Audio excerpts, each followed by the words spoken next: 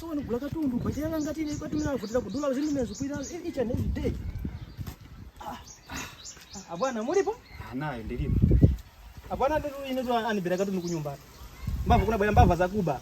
Paja ni makareka ni bachalala. Ndi night shift ya usiku. Ndipo bwana mama morning napeza kuti katundesi mnyumba ndi anibera mwidemo. So hapa nuswa mtengo wogwira bwana. Aba sinivuta kwa mimi mpange bwanji kuti. Pachama lichivululu cha baka. Chinajuitsa galu. Wapandara. Kani mene Mungu atsina khulafu. Fumukazi. Nikasine kutu? Chabwe, abana mwanthandiza ali pomwepa. Nikauze zonse nikachilika. Musauze kuti neso ndalipo mkono. Chabwe, matsine kutu. Chabwe. Bani mapanga zomwe zingu asina kutu afumu zankhani.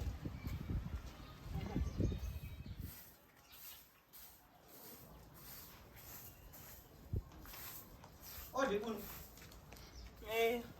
Muli bwanje afungazi?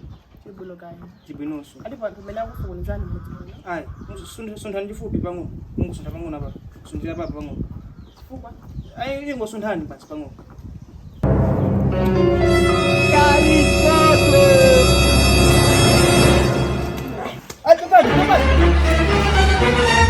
Ai, Pipani fumukazi. Pipani kwambiri pipani. Pipani.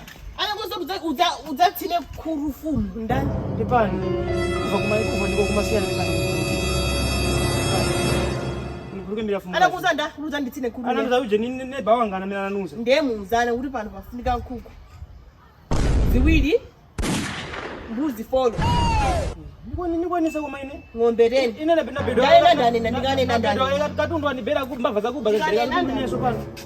Ngobwe pano muzanditsina kurangana. Pipani. Ndaenda.